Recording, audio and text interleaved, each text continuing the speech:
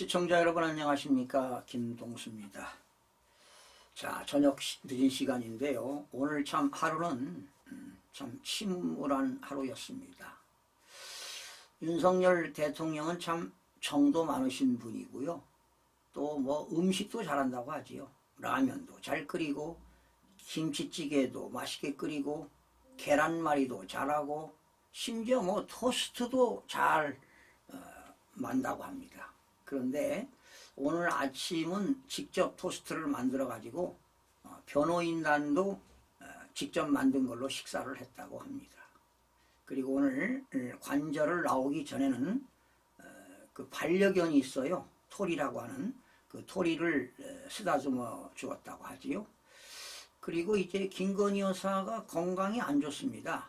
그러다 보니까 건강관리 잘하라고 뭐 또 위로도 했겠죠.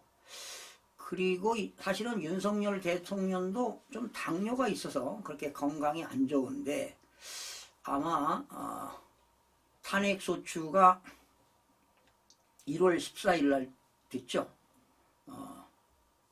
그리고 직무정지가 된 거 1월 14일 날이었죠. 그러니 참 하루하루가 힘들었을 겁니다. 자, 그런 가운데 이제 관저를 떠나가지고요, 공수처에서 11시부터 조사를 받기 시작해가지고 조금 전 9시 40분에 조사를 마쳤다고 합니다. 그런데 아마 계속 묵비권을 행사한 것으로 알고 있습니다. 그리고 이제 곧바로 서울구치소로 이동해서 오늘 밤은 서울구치소에서 밤을 지낼 것 같습니다. 그리고 내일 또 뭐 48시간 또 조사를 하니까 내일 다시 뭐 공수처에 와서 또 조사를 받겠죠. 그리고 내일이 이제 변호인단들이 그 헌법재판소에서 2차 변론이 있는데 과연 어떤 내용들이 나올지 귀추가 주목되고 있습니다. 사실은요, 윤석열 대통령이 오늘 어제 그 시민들이 그 다치고 말이죠. 오늘 아침에 또 뭐 또 국회의원들 뭐 일부 부상당하고 옷을 찢기고 뭐 이런 소리 들었을 때 아하, 이러면 안 되겠다. 원래는 유혈 사태가 있으면 안 되잖아요. 그래서 대통령이 정말 큰맘 먹고 유혈 사태가 생기면 안 된다. 그리고 그 추운 날 밤새 가면서 그런 그 시위대들을, 윤석열 대통령을 지지하는 시위대들을 염려스럽고 걱정스러워서 더 이상 고생해서는 안 되겠다, 내가 나서야 되겠다 해서 자진 출두한 것으로 봅니다. 그러나 그런 과정에서 오동훈 공수처장은 큰 실정법을 위반했습니다. 그 말씀을 좀 드리고자 합니다. 지난 1차 때 그 영장 청구를 했을 때는 원래는 서울중앙지방법원에 신청해야 되는데 제가 알기로는 기각당한 걸로 알고 있습니다. 그래서 다시 서울 서부지방법원에 영장을 재청구했다. 여러분, 이것도 불법 아니겠습니까?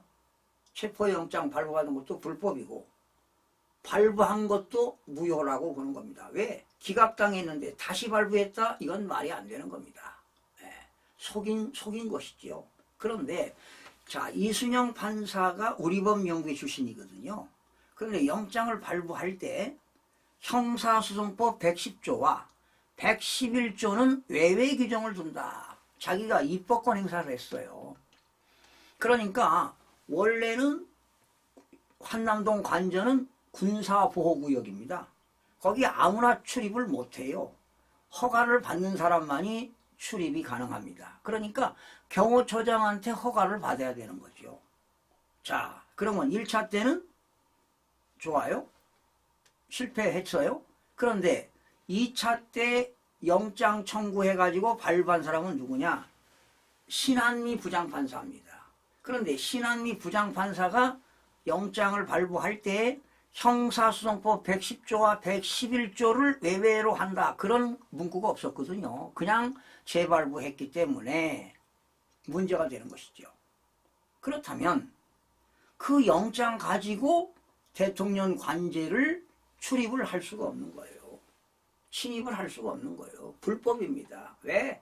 군사보호구역에 들어갈 수가 없어요. 진입을. 그러면 원래는 대통령 경호처는 발포하는 거거든요. 예, 사격할 수 있어요. 발포할 수 있습니다. 그런데 오늘 그런 사태 없이, 유혈 사태 없이 조용히 윤석열 대통령이 자진 출두한 겁니다. 심지어 대통령 관저 앞에 그 차에다가 시동까지 켜놨다고 하잖아요. 그러니까 대통령이 더 이상 이러면 안 되겠구나. 내가 불법 영장 청구하고 불법, 모든 게 불법이지만 내가 스스로 가야 되겠다. 응? 그런 대단한 결단을 한 거 아니겠습니까?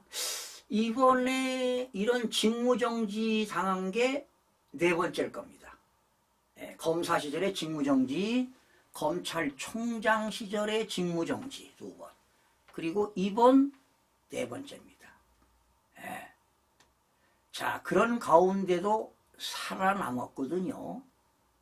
그리고 또 오동훈 공수처장이 실정법 위반한 게 또 한 가지가 있습니다. 바로 거기를 출입을 못하니까 공수처가 말이죠, 55 경비단을 통해 가지고 출입할 수 있도록 승낙을 받았다는 거 아니에요. 근데 그 공문이 허위 공문이라는 걸로 밝혀졌습니다.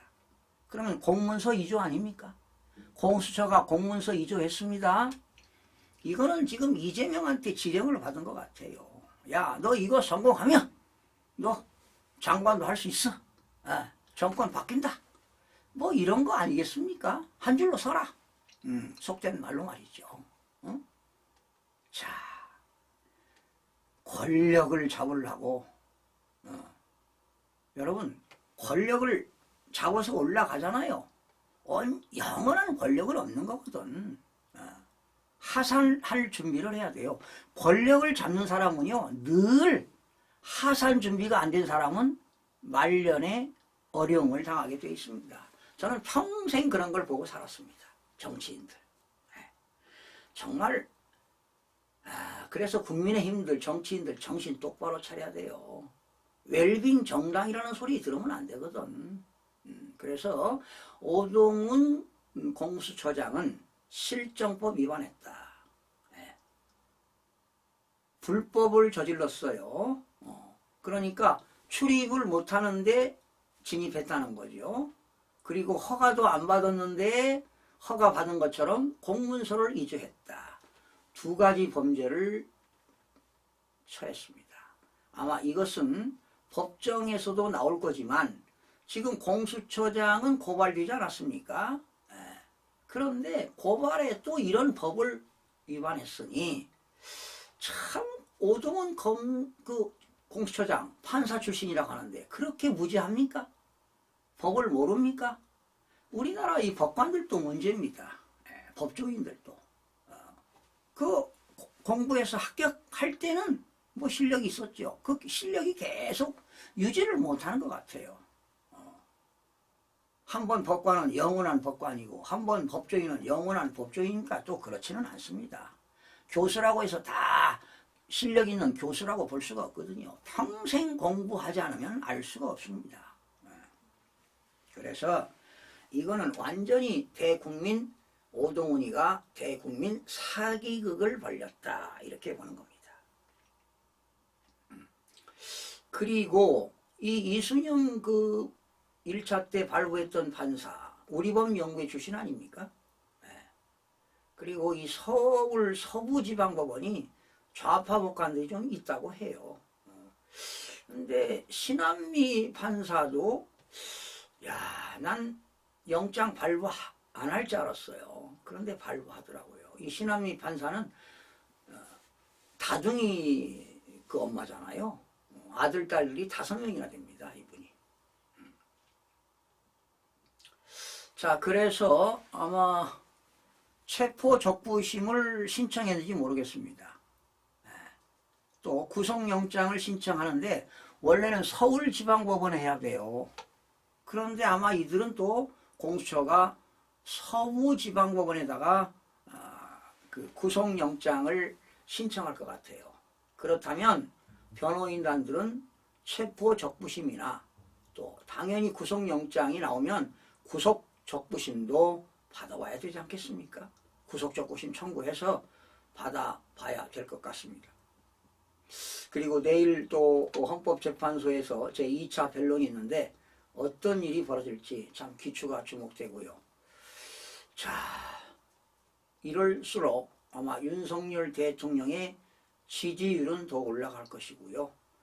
아마 윤석열 대통령이 부정선거에 대한 변호인단들이 그런 자료를 포렌식한 자료를 아마 헌법재판소에다가 변론할 때 그런 입증 자료를 내지 않을까 이런 또 생각도 해봅니다. 좋은 결과가 있기를 기대해 봅니다. 시청자 여러분 힘내시기 바랍니다. 여러분 고맙습니다.